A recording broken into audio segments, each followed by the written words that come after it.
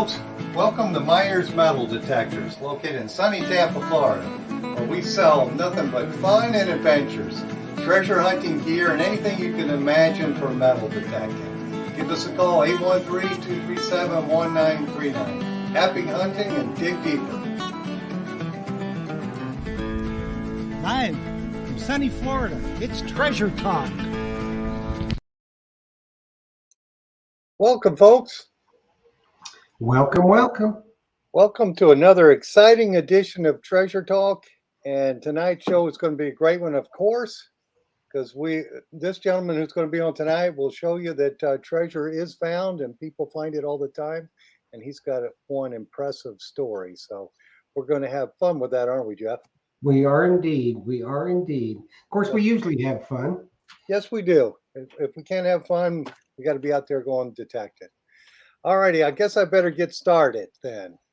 Of course, today's show is brought to you by your friends at Myers Metal Detectors, where we sell fun and adventure. And the views, thoughts, and opinions expressed by Treasure Talk guests and members belong solely to the guest and member, and not necessarily to Phil Myers, Jocelyn Myers, Myers Metal Detectors, or Jeff Moen. And the purpose of Treasure Talk is to promote the hobby of metal detecting and treasure hunting, and to educate our members in a fun, informative manner. And that's yes, indeed. Yes, indeed. And I just want to say something real quickly. I'm glad a whole bunch of people I see in the chat. I'm glad they're in the areas that have been in the news, and I'm glad that they're safe. So, the world is going crazy, but we're the only sane ones that treasure hunt. Yes.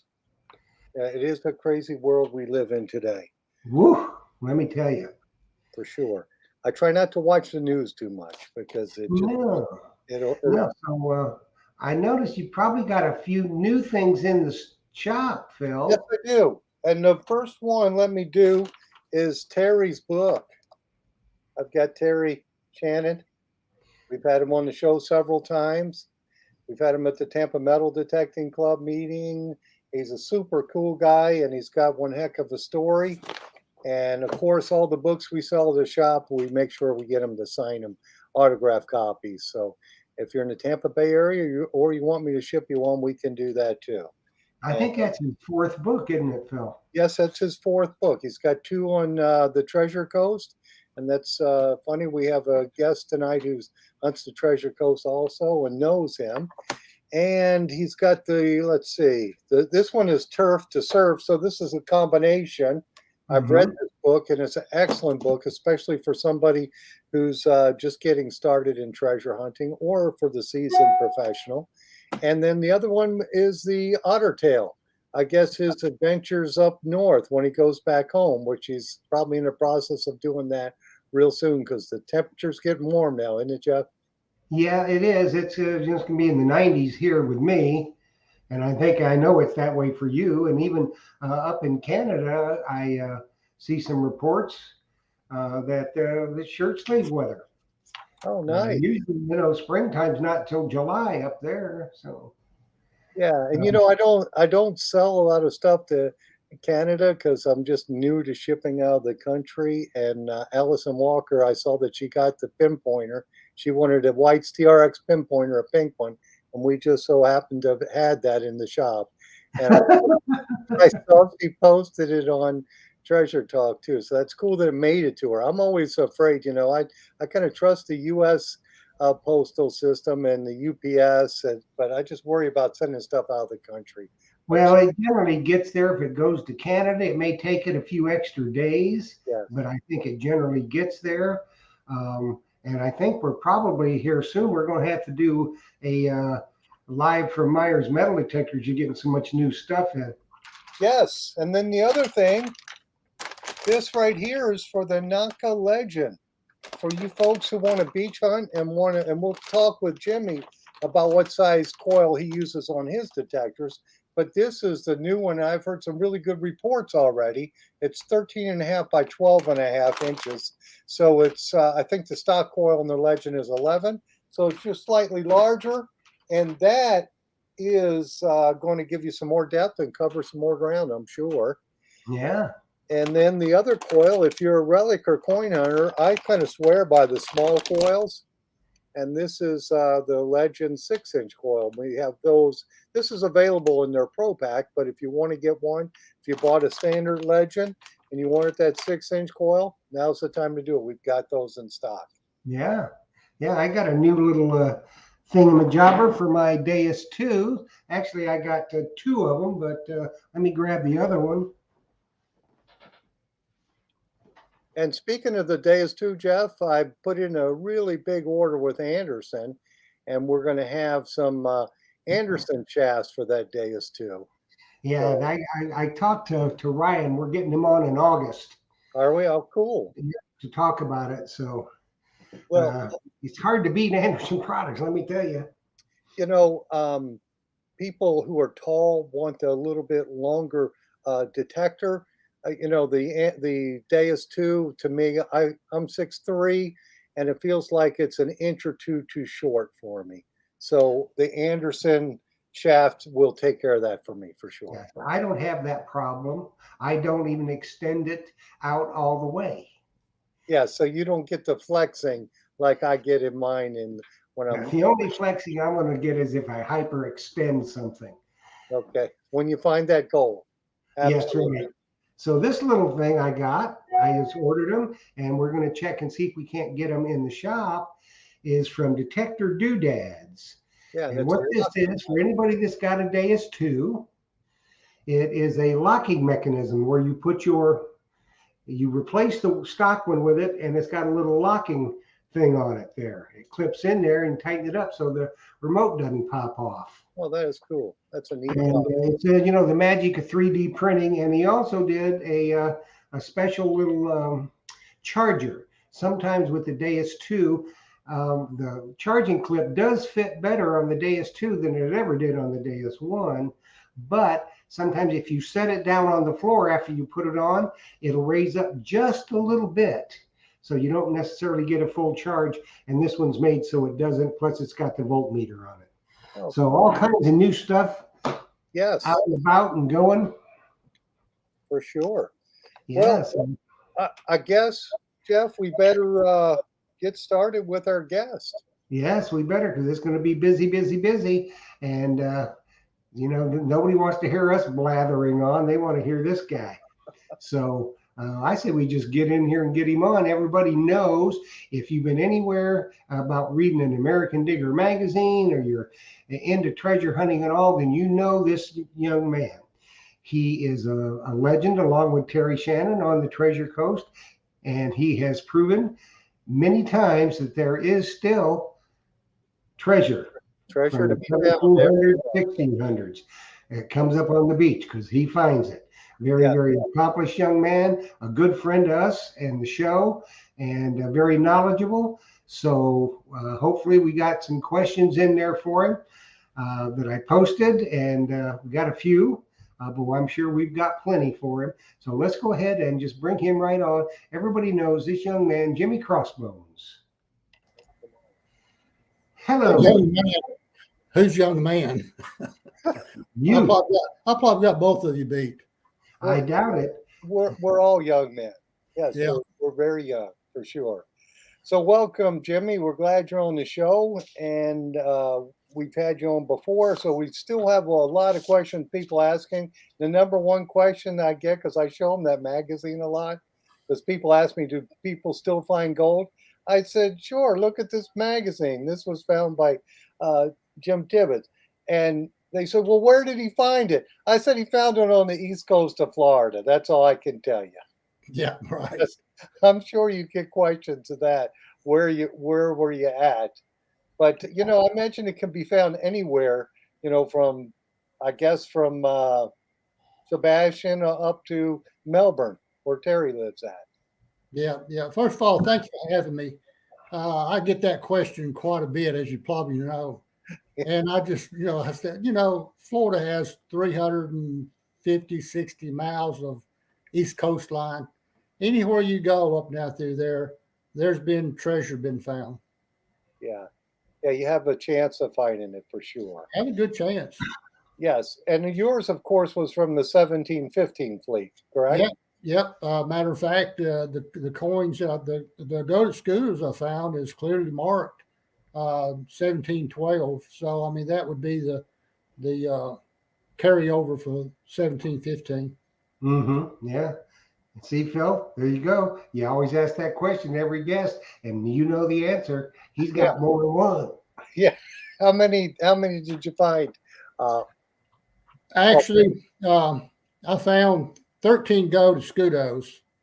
9 of them was 2 scudos, and 4 of the 8. okay, awesome. Now, have you? I asked people this, but I know you found those coins. Had you ever found a U.S. Gold coin on land hunting? No, believe it or not, that's top of my bucket list right now. Oh yeah, yeah. Yeah, I Well, think that's going to be a little harder to do, but maybe yeah. not. I think it's going to be. It's hard because there was people didn't lose money like that. You know, the shipwreck stuff I can understand, but we're going to have a hard time on land finding the gold coin. I mean, I've seen them found, but I've not found one either. So we're in good company. Yes, indeed. Yes, indeed. I have not found one. Even in England, I didn't find one. Not Well, yet, anyway. We got yeah. found. So this question I get a lot: which detector do you use? Okay, as long as I'm looking for gold, silver, shipwreck, I mainly use the CTX, MineLab CTX 3030. And that's the machine I found all this treasure with. Uh, kind of give you an idea, I started out, just beach combing down through there. And I did have my stock coil on when I first started finding the treasure. But towards the end, I was definitely using the 17-inch coil. And I really believe if I did not have that 17-inch coil, I don't know if I would have found those 8 scudos or not, because they were unbelievable deep. I mean, I'd say 16, 18 inches. Wow. So they were really, really down in there. Right, and an 8 escudo coin. That's a big coin. So That's a big coin. You want to see one? yeah, go Sure. ahead. Let's see it. I don't know if I'm holding it up right or not, but Yeah, you're doing good. Right There there. you go, right well, there. right there, you can see the size of it. You really can't see the markings because of the light. But that is a 17. Actually, this one here, I think it's a double stamp. It was a 1712, but they restamped it a 17.3, 1713. Okay. So this is kind of a rare coin, but it is a Lima. Uh, they come mainly, most of them come from either Mexico or Lima, Peru. So this is a Lima coin. I Oh, wish you could see the pretty. marking. It's almost in You perfect can condition too, isn't you it? could see the detail on it. I could see that Yeah, on, it's on a my little computer screen. little So bit it's like. yeah, that's a big coin. So that 17-inch coil was going that deep to get those. It was, and back, during this period, it was after a major storm, and the beach was just right clean. I mean, there were hardly any other targets other than the gold and the silver. And if I heard a peep of any kind, I would dig it. And a couple of these 8 scudos was so deep, all I heard was just a little chatter. Of course, I had to investigate it, and glad I did. Yeah. Absolutely. And were the smaller coins, were they shallower or not as deep? No, the actually, it's funny. Those twos was real shallow. In fact, in my videos, I took videos of pretty much all the coins that I found, and a couple of them they were no more than 2 inches deep. And I think if any more of the sand got raked off the beach, they would have been sitting on top of the ground. Yeah, that's like Terry has found the silver cobs right Yeah, on top of the ground, right on top of the beach, rather. yeah. So, yeah, that could have happened. That's And then you could have found them by looking for them. Yeah, really, you go down there and just picking them up like Easter eggs. Yeah, just an eyeball find. Yes. Well, I've heard stories of people finding, gold escudos in the right in the wet sand. They just wash up sometimes. But now, I think you can verify this, Jimmy, that they're pounding so much sand on the replenishment.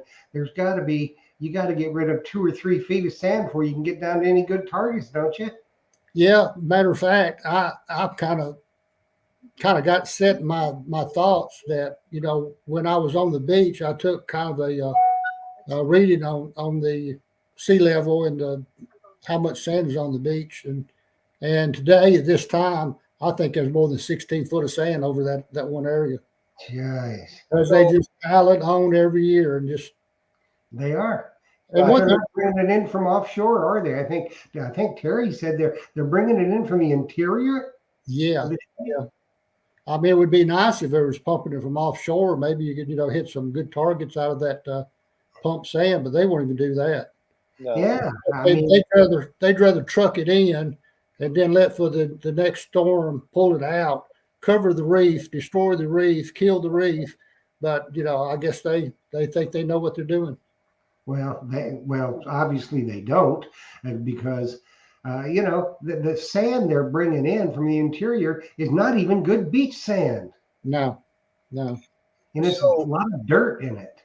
Yeah, the area that you're hunting or were hunting, the storm event was a winter storm, correct? Right, it was. Okay, so a lot of folks think you have to go over during a hurricane or right after a hurricane, but I think you have an easier time getting on the beach, don't you, during the winter? I like the winter months more than I like the summer. Of course, the hurricanes come in, and sometimes they'll come through and not really do anything at all. I remember one, what was it, 4 years ago, that me and a bunch of other guys was beachside, because we know, and as well as you probably know, once a storm hits, they close the causeways down, so Yes. you can't even get on the island.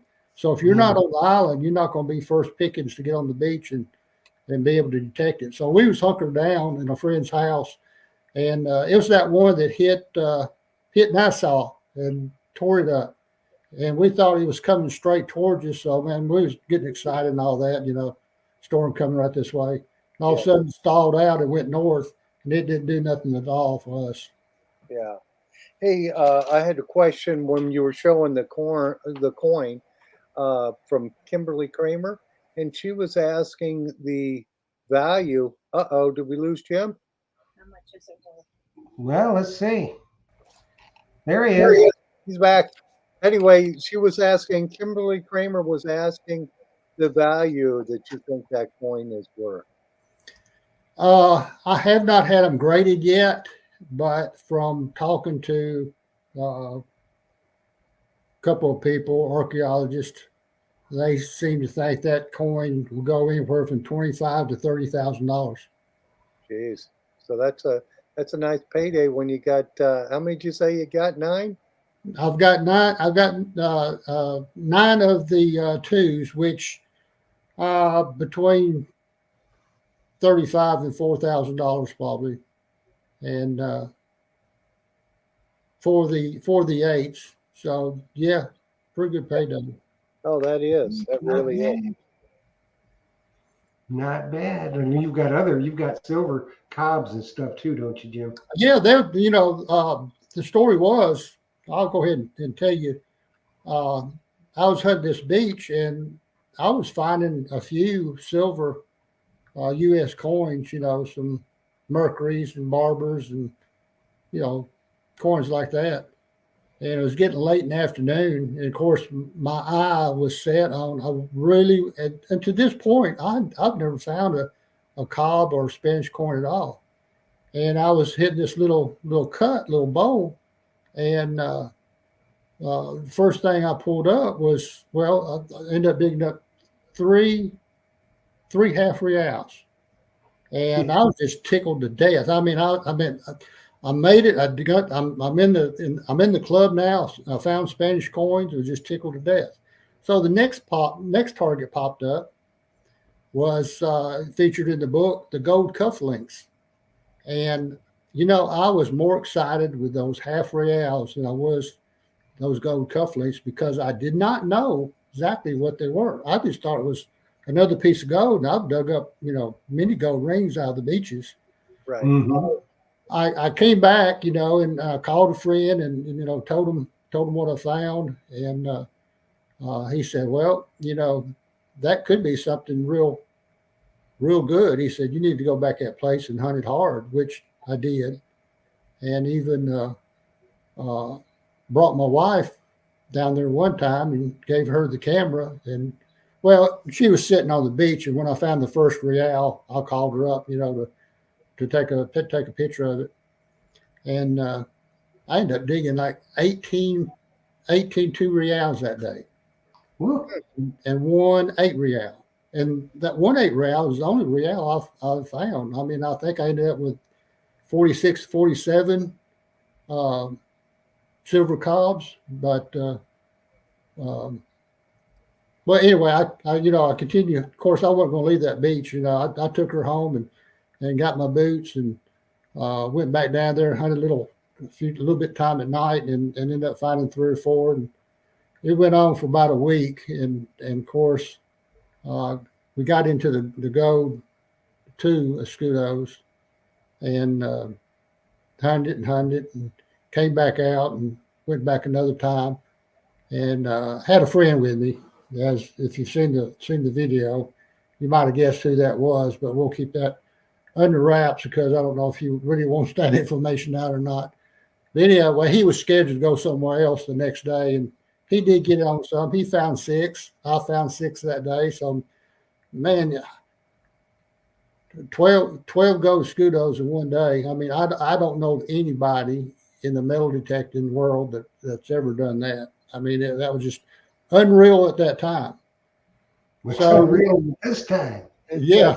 It's still unreal. It's still probably a record for that, for beach hunting, maybe even for diving too, off the coast. I'm not Well, I think, yeah. I mean, the diving part, you got to go back to, I think, 2015 where they found that 300. yeah. That was pretty good. So anyway, the next couple of days probably didn't do anything. I kept on working that area. Of course, the tide come in, come out, went back and forth several times and probably removed a little bit more sand. And I got on the beach and it was, spit and rain and carrying on everything like that. And that day I found 2 of the 8s. And I thought, man, I said, it went from silver cobs to 2 scudos. Now I'm pulling up 8s. So I thought to myself, man, this is going to be great. The next day was my birthday. And I thought, man, I'm going to get to come down here and find a gold coin on my birthday. And the reason I'm saying this, because a lot of people ask me, well, why didn't you stay there longer? Why didn't you, camp out there? Why didn't you, continue hunting? Well, anyway, that day I found the 2. The next day was my birthday. Unfortunately, I got a call that night that my mother passed away. So, of course, I had to drop everything and go back up to Tennessee. And by the time I got back, it was already sanded in, and that was it. You got to be there when it happens. And I'll be the first to admit, man, I was just in the right place at the right time. I mean, I'm no better than anybody else out there. I was just there. Yeah, I was just there at the right Well, place. that's it, especially down on the Treasure Coast. You got to be there. And Terry says this all the time, as do you, Jimmy, and any of the other guys that hunt the Treasure Coast a lot. It's, you can be there for 4 months and hunt every day, and the conditions aren't right, and you won't find anything. And then one day, the conditions are just right. You have a storm coming from the right quadrant or whatever. It takes that sand out, and boom, you're going to find the honey hole like you found. It's just, you got to be there. You got to be there. Yep. If you're not there, you're not going to do no good. So let's continue talking about the equipment you use. So you use the CTX 30. Any other detectors? Well, since then, I have picked up a Equinox 800, and I really do like that machine. I do a lot of water hunting, so I take that in the water.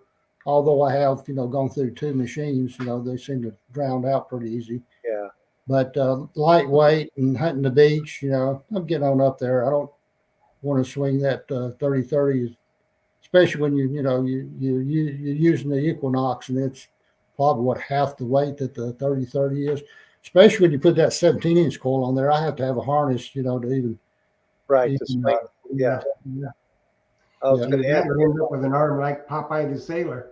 yeah, but that Equinox, that's a real good machine. And I really enjoy swinging it and gotten fairly used to it. Right. Now, had you seen any of the new products out, the Deus 2 or the Naka Legend? Yeah, the Deus 2 is really on my list. I do a lot of relic hunting up in Virginia, Mississippi, Louisiana, North and South Carolina, and a couple of times I went to Virginia with some friends, and they pulled out those Deuses, and they just eat my lunch. Even with a 30-30, I don't know if I was just having a bad day or what. I said, I'm going to fix that. I'm going to get me one of those Deuses one day. Yeah, And well, they come out with waterproof, and Yep. with the way the Equinox is drowning out, I think I'm going to let John play with his a little bit more and see how he likes it, and a couple other guys that I know that's already got them, and they really praise them. You know what they tell me the most thing they don't like about the Deus 2 on the beach now? It goes too deep, and they do all that metal strap and everything. We just come back not too long ago from me and a couple buddies, the Mumbles man and I both had our Deus 2, and our other friend had his Legend. And I have to tell you, I dug a dime 28 inches deep. That's too deep for an old person like myself to be digging it. Now, I didn't get any VDI numbers for those that wanted to know. I got a little, I kind of a real faint, but it was clear. And then you put a couple scoops on it, and then it started banging, and that thing was down there 28 inches. I said, this is too deep for me. Yeah, they are extremely deep. And I think with the being waterproof to 60 feet, maybe there'll be less, only time will tell, less drowning of units. Yes. Yep, and that 11-inch stock coil that comes with the Deus 2 is I think that's the perfect water coil. Yeah. It's and I tell you what, Jimmy, that there's something you would I think agree with. The biggest game changer for me with the Deus 2 are those bone conductive headphones. Yes. See, my hearing is bad, and I dig with the Mumbles man all the time, and he would be finding stuff, and he'd say, I got a signal, and I would run mine. We both were swinging Equinoxes then. Exactly the same setup, headphones and everything. I couldn't hear the tone. But with those bone conductive headphones, I tell you what, I hear them all. That is the quill. I'm sure other manufacturers are going to come out with that, but to me, that's a game changer, and especially on the beach and in the water. Yeah, I think so too. I think it's really deep. And I think, Jimmy, for you with the CTX, I think that the other hunters in Virginia doing well with the Deus 2. I think it's because the processor is a lot faster than the CTX. Yes. I think your target recovery speed is like night and day compared to the CTX. Yeah, I'm waiting for the Mind Lab to come out with the response of the Equinox into the 30-30, and I think that would be a mind buster really if they did that, because the processor on the 30-30 is just way too slow. Too slow. And also, Jocelyn just gave me a comment. Kimberly Kramer says she wants a Deus 2. Yes, we've got those in stock in both coil sizes. So you can get that tomorrow if you call me. We'll ship it out to you. But yeah, the processor is so much faster. I mean, the CTX, I would think, is maybe deeper with the big coil, but that's yet to be seen. On the beach, maybe. Well, I haven't seen any tests against the Deus 2 yet. I imagine that's going to happen people will test the depth on the targets on the beach against the CTX. But I think that's where they might have done better in Virginia, is because of the faster processor. Well, that and the soil condition up there, the mineralization of the Virginia soil just kills something like a 30-30 with a slow processor. Right. Oh yeah. Yeah. Now, when I dug that dime, a 28-inch dime, I was using the 9-inch coil. So, who knows with the 11-inch how much deeper I'm going to get. Right, and I imagine Deus, since their detectors now are getting real popular for beach hunters, they'll probably come out with a larger coil too. I think they've got one in the works, a 13-inch. Yeah, so that's like the one I was just showing a little while ago for the Legend. Now, had you seen anybody use a Legend yet? Yeah, there's been a couple on the beach down here at New Smyrna Beach. I know their names, but I can't think of them at the time. And they really do like them. I mean, I might get one in my hands one of these times, and kind of compare it with the Equinox. But yeah, I think they're probably pretty good machines. All machines are good. It's just learn them and get used to them. And right, that's the most important part, is learn the detector. Yeah, and learn the machine you're using. Yes, learn it, because I've known people who had detectors that are 30 years old and they just knew their detector and did extremely well with it. Yeah, those little tin boxes that that had 25, 30 years ago. Yes, they just knew it and they were afraid to get a different detector, but they knew how it worked. They could pull some deep targets with it because they knew their detector. Knew the detector, right? But today, The aftermarket equipment now that makes a lot of them lighter, they're staying around longer. all righty, well, let me get back to my question list here. And this one is from Shannon Bordner, and she's asking, what is your oldest find? Believe it or not, it's not any of the treasure that I found. The gold and silver. A couple of years ago, let's see, how long has it been? Maybe 6 years ago. I was hunting with a friend out on the river, and we was hunting what we believed to be a ferry crossing. And we were pulling musket balls and 1812 buttons and shoe buckles and everything, go that era. And I popped this slate. In fact, I can show it to you here in a minute. And it had enough detail that we found out what it was. And it was from Queen Isabel. It's a Spanish copper, and it dates back to the king and queen at that time. Believe it or not, 1474 to 1505. So I mean that is my oldest coin by far. And you think of it, that's before Christopher Columbus or the so-called discoverer of America, anything like that. But the thing about it is, it's been holed 2 times up at the top, where I really believe probably a Spanish sailor was probably wearing that when he lost it. So no telling how long he had that coin, but he lost it because one of the holes had worn through, and that's probably what happened to it. I can show you that coin. I've got it right here behind me. If with the light and everything, I doubt you could really tell that much about it. But So it's a copper coin then from the Spanish copper, Maravedis.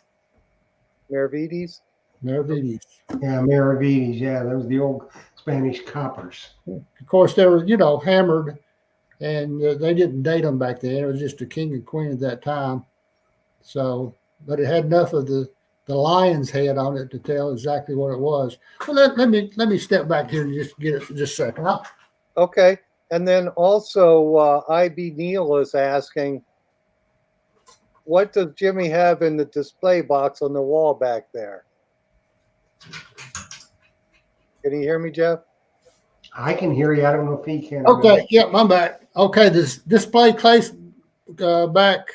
Behind you, I'm trying. the other side. Yeah. That's a collection of Civil War bullets, mini balls, round balls, got a couple of frag shells in there, percussion caps. Like I said, I enjoy digging relics as much as I did go. It's something.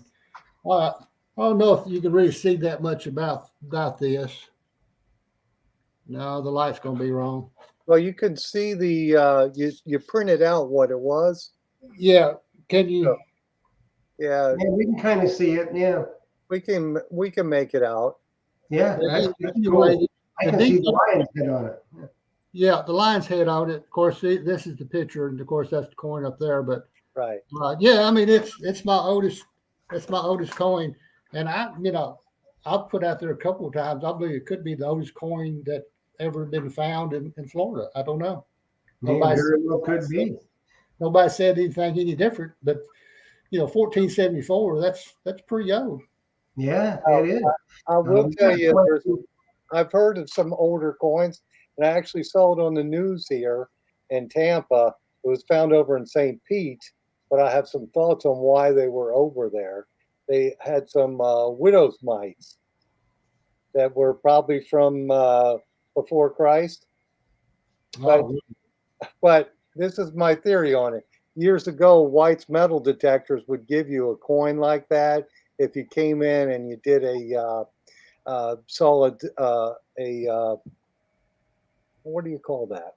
When you came in and just saw their White's products, they would hand you a coin like that on a little sheet of paper from White's. And I was a White Steeler, so I had gotten some of those cards with the coins, and I always gave them out. But the coin that the person found and was on the news looked exactly like one of those coins. So I think somebody just chucked it on the beach. mm. The Oh. widow's mite. So I think that's how that ended up there. But that was over in Treasure Island, Jeff, that somebody had found a couple of them. Yeah, well, you never know. We got a question from YouTube from Gilbert Marcel. Wants to know, what is your best relic find? The last couple of years, I end up popping up a U.S. breastplate, so that is my favorite relic as of now. I'm still looking for that CSA belt plate, but I might be looking for a U.S. gold coin. Well, you're looking for those too. I'm looking for everything yeah. Of course, We're I've always been looking for right it all. places, right? Yeah. Hey, when you held up that copper coin, you had it in that nice display. Did you do that for your club meeting? Oh yeah. Like I say, that was probably 6 years ago. So yeah, I'm sure I had it on Fine's table. Whether it won or not, I don't remember. Oh, I would imagine it would have won. And the reason I'm bringing that up because a lot of times people will find really old coins, and it looks like a black clump of dirt on the fines table at the metal detecting club. So if you do something like what you did there, people will know what that coin is.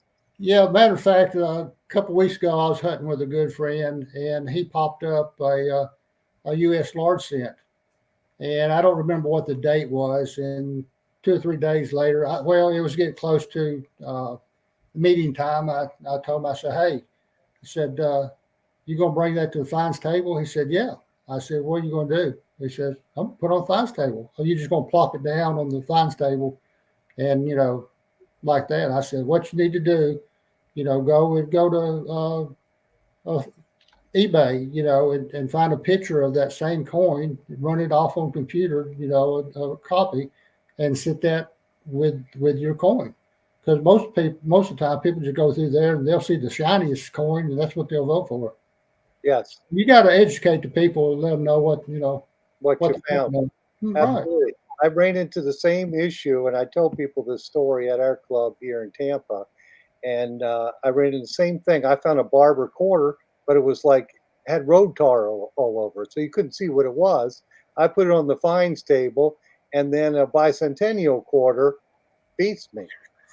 And after that day, I said, if it looks bad, I got to print out what it is before I Yeah. put it on the table. So, since we're talking about clubs, what's happening with the Central Florida Club? Well, right now we are starting to gear up. Last year we did not get to have the silver relic hunt because of the COVID, but this year we decided. Of course, I stepped into president the first of the year. We really didn't have time to do any planning for a spring hunt, so we're going to do a fall hunt this year, and it's going to be on October the 8th, and it's going to be a new location. It's down in DeBerry. So you can go to the Central Florida Metal Detecting Club website and get all the information about that. You can go ahead and sign up. The sign up is $149 to a certain point, then it goes up. But we're going to cap it at 200 people because of the area that we've got for a new hunt field. But this hunt is going to be fantastic. I mean, I know everybody says their hunt is going to be great and everything like that, but I've been to several different seeded hunts, and I've got where I learned, the in and outs and everything like that. It kind of explain to you what we're planning on doing. And we're going to have 4 hunts. We're going to have first is going to be a warm up hunt with cash money, and then we're going to have a relic hunt. And I'm kind of in charge of the relic hunt since I like relics so much. I'm planning on having over 200 tokens in the ground for prizes. Nice. And that's not counting the manufacturers' prizes. They're going to have their own prizes and give them away in different ways that they do that. And then on the coin, after we're going to have about a 2-hour pause that you can hunt on the relic field. Then we're going to stop for lunch, and then starting back up, we're going to have another short hunt, 30-minute hunt, and then it's going to go to the silver and gold hunt. We're going to have lots of silver out there, more silver than we ever had before. So if anybody likes the seeded hunt, in fact, I'm out of the hunt this year, but I really would like to get into it, because I know what's going to be out there. How many people have signed up already? I'm not sure. We just got the new website up going just in the last 2 or 3 days. Probably, I'd say a dozen at the most. Oh, okay. We're working on getting the flyer set up so we get out on social media. Right. And once we do that, so everybody's listening now, they get a first shot if they can go ahead and get in and register before the crowd hits. But I'm sure we're going to have more than 200 people that's wanting to get into it, but we're going to try to cap it off at 200. Well, you know what they say, Jimmy. If they show the cash. I think you have over that many members in the club, don't you? Well, we have we're known as the biggest membership club in the country, but as you know, some people fall out and fall in and back and forth. Right. Active members, we probably got over 100, but it changes all the time. Yeah, and people are asking for the website, and if I'm not mistaken, it's CFMDC. Yes. .club, or I guess I would have to pull that up. Well, I think you can either pull it up either way, or just Central Florida Metal Detecting Club will probably come up with something. But Google that. And I was at one of your previous hunts, and that was a big hunt there before the COVID started, and that was a lot of people there at that one. I think that last one we had, it was over 230, if I remember right. Yeah, it was. Well, I mean, one of the reasons we decided to move it is because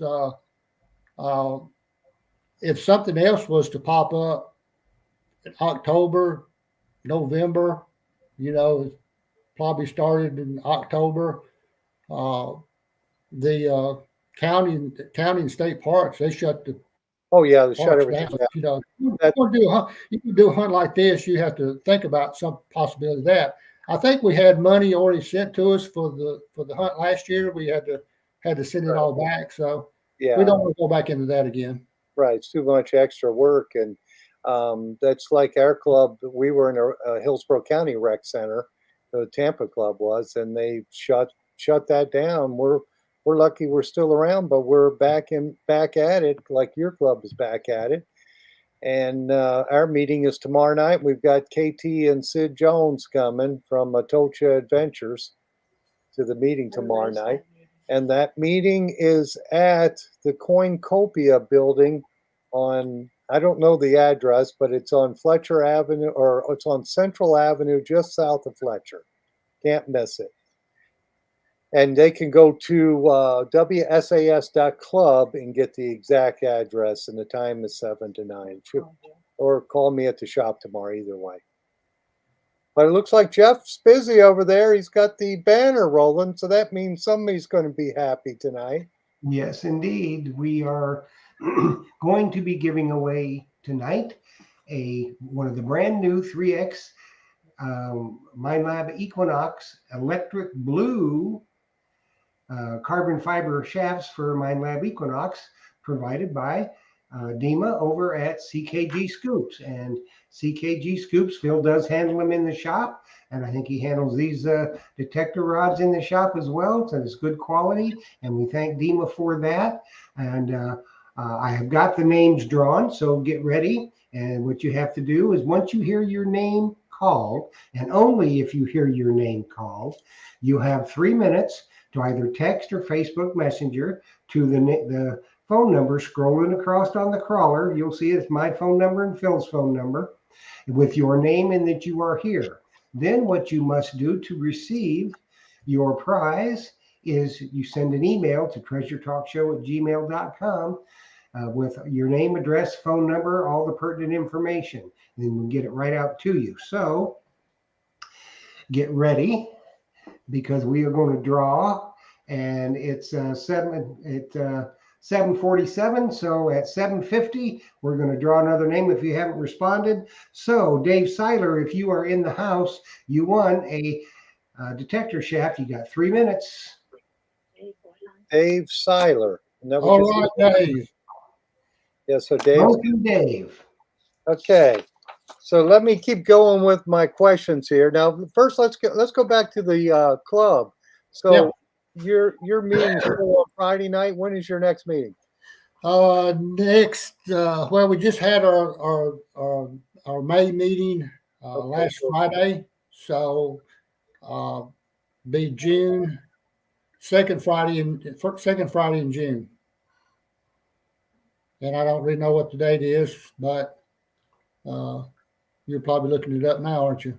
No, I wasn't. Jocelyn just handed me the phone saying Dave Seiler is here. Yeah, Dave's there. And he needs to do the email, and we'll be good to go. And I just understand something here, Jimmy, from a friend of ours, Dan Backhouse with Barnwood Barbecue. I think aren't they going to be at the Central Florida Hunt in October? Yes, they are. They're going to do the catering for us. That's some good eats there, son. It is. I like barbecue. Make you slap your grandma. It's so good. Okay, so Jeff, remind Dave what he's got to do, if you don't mind, real quick.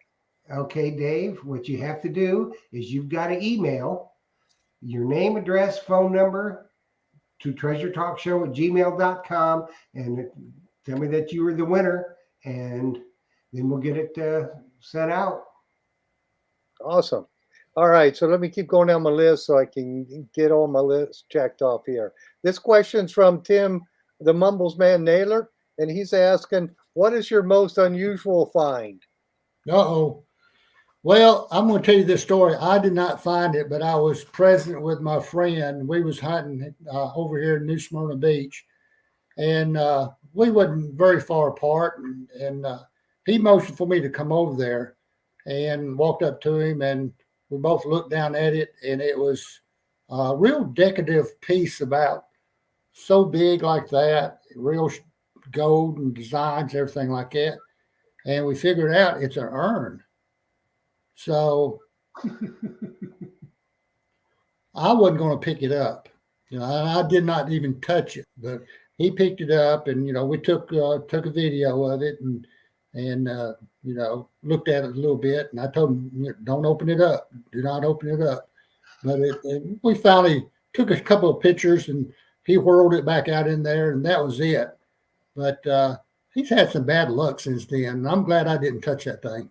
Well, it could have had a genie in there. No, well, it could have had something else in there too, and I didn't want to get it around. But the story was, I think somebody had reported because they seen the video and said that they found it like 6 months prior to that. But I find crematory tags out there on the beach quite often, and of course I'll take them and I'll see how far I can throw them back out in the water. I think the crematory tags, those are just reminder tokens. You go out there and do what you love to do. That's what I tell people. Because we find them a lot over here on the West Coast too. They're pretty common to find those, but not the whole urn. Not the whole urn. That was the first one of those I ever seen. It was, you could tell it somebody spent some money on that thing. Mm-hmm. Yeah. So I did hear too that most of the the urns that people take out to the beach, and scatter the ash in the water, they do have those crematory tags down the bottom of those urns. Right. And that's probably how come we find so many of them.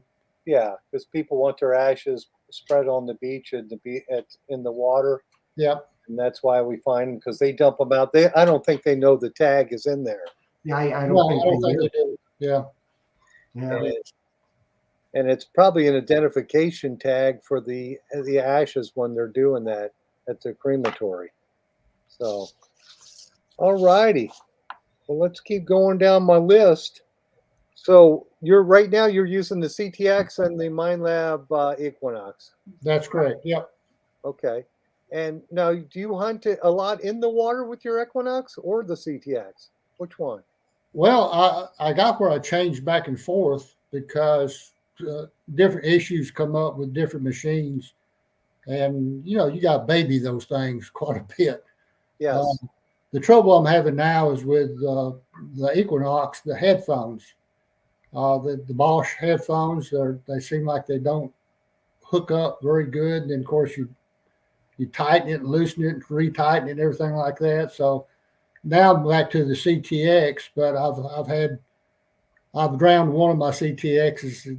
Got water into the battery and fried it. So I'm always leery when I get in the water, but I'll hunt neck deep if possible.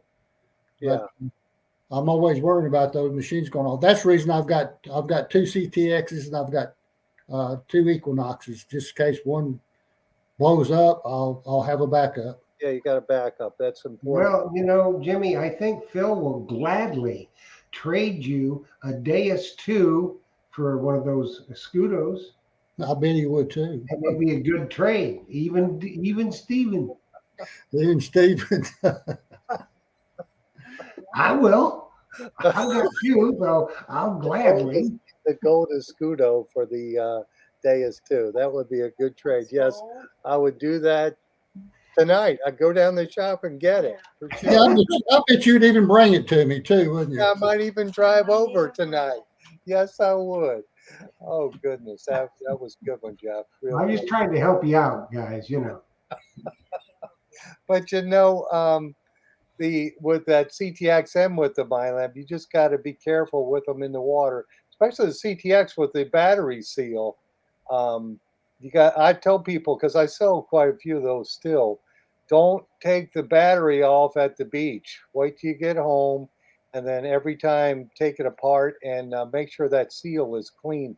No grit got into it, because I think a little sand gets in it, and then it's going to leak water on that little gray seal in there. Yeah, I think I probably got paranoid. What I do with mine, I take the seal out, take a little brush, make sure there's no grit, sand left in there, and I even went as far as taking some diver silicone, and try to put a little on that gasket and put it back in place. Well, I'm thinking maybe last time I did it, maybe I put a little bit too much silicone and that created a cavity or something and leaked in. But my oldest 3030 is probably, God, when did they first come out with those? 13 years ago? Yeah, it's been a while. It's 13 years old, so it's the connectors are probably starting to wear down a little bit and not as tight as they once was, and that might be the reason it was doing what it was doing. Yeah. Yeah, I still got my CTX, and I like it. The only thing I don't like about it is that thick shaft for pushing it through the water. If you're hunting in shallow water, it's hard because the thickness of the carbon fiber shaft that it has. If that Yep. was thinner, it would go through the slice through the water easier. Yeah, yeah, probably right. I never thought of that, but that's probably correct. Yeah. We Hey, got a question from Chuck Martin off YouTube. He wants to know if you can hunt in the water and the wet sand from Sebastian South. There's area down through there you cannot hunt in the water because that is all contractor leased area through there. Uh, Lucky enough, I'm got a small portion in the Queen's Jewel LLC. If I did find anything in the water, I had to turn it over to them. But all this that I found was in between the low tide and the high tide, so all that was clear. so that was all yours. And did you have to report that to anybody? Well, matter of fact, we did, and I was worried for the longest time that something will go wrong. Florida will be knocking on my door, wanting to take everything like that.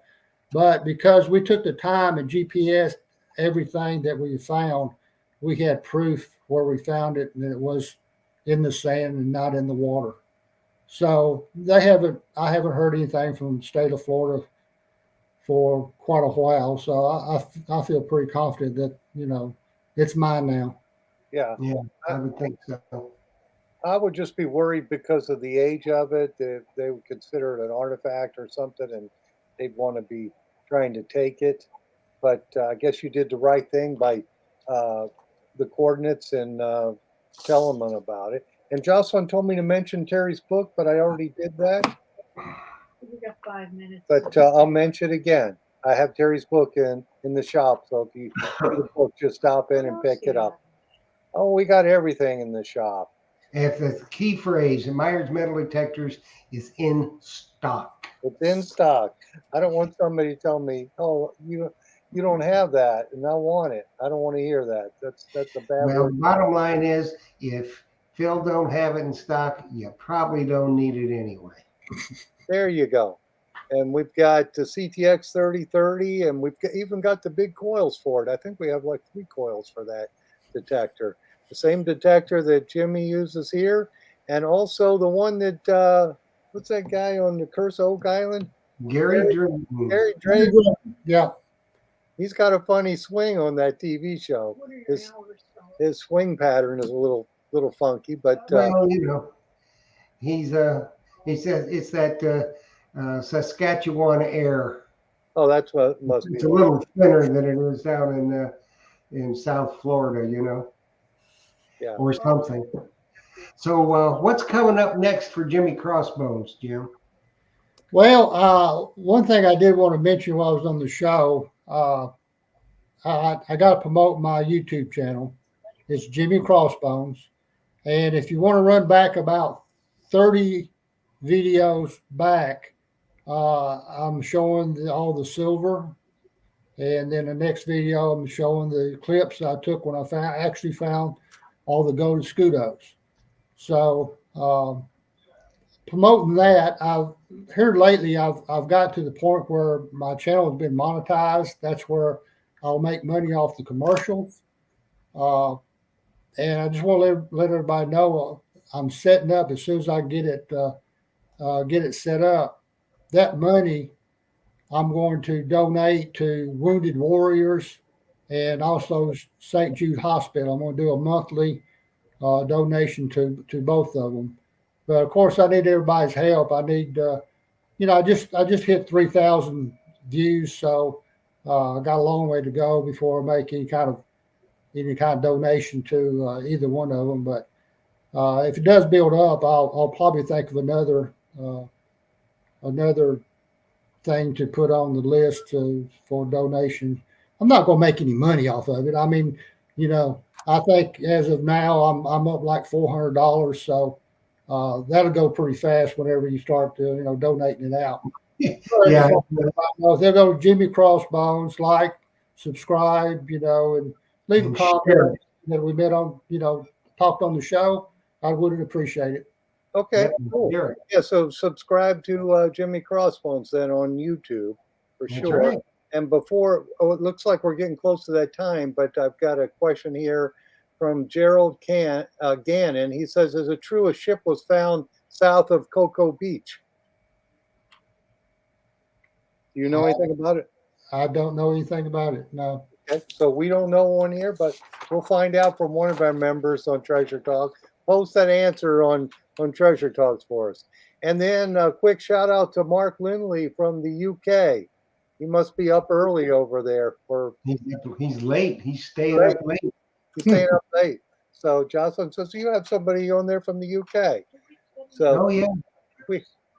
we have people all over the world watching Treasure Talk. Yep. Well, it looks like it's that magic hour. It went by quick. Yes, it does when you're having fun, doesn't it? Hey, I can talk to you guys all night long. Yes, well, when we're talking treasure, we can talk forever. So, Jimmy, thank you, and hey, thanks for being the president over at Central Florida Metal Detecting Club. That's a big job, I'm sure. And thank you for doing that. Thank you for coming on the show with us, and thank you, Jocelyn, for handing me the questions, and thank you, Jeff, for getting this thing going. And Jimmy, if you can figure out how to do it, get all the information to me, and I will get it posted in our events section on Treasure Talk. And I tell you what, I'm thinking I might have to attend that hunt. So that'll be fun. Yeah, a lot of prizes. A lot Yeah. of prizes. It'll just be fun to go down there and see everybody. So, Jimmy, want to thank you so much for taking the time out and spending some time with us.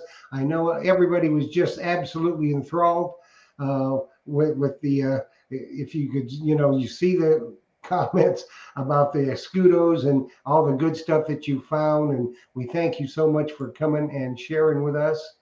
And we just hope that you come back again soon. For sure. I appreciate it. And yeah, there's some things that's coming down the pipeline that we can't talk about yet, but it's coming. Okay. Well, Awesome. if we can help, let us know. We certainly will. For sure. Well, thank So, you. guys, Happy hunting. yeah, it is time. And if y'all are going to watch Treasure Tales on Thursday night, we're going to have, it's going to be a show of shows. We're going to have Charles Harley on and all the quarter hoarder crew, Jason and Dog Tag Doug and all those guys. They're going to stop in. Teresa the Treasure Hunter will be here. And of course, my co-host that night will be the Diggin' Canuck. So we hope to see you then. That's at 8 o'clock on Thursday night, right here on Treasure Talk. And Phil, thanks, buddy. I appreciate you. Thanks, Jocelyn, for everything that you do. Jimmy, thank you so much for being our guest tonight. And everybody, we want to wish you a good evening, happy hunting, and dig deeper. Happy hunting and dig deeper, my friends.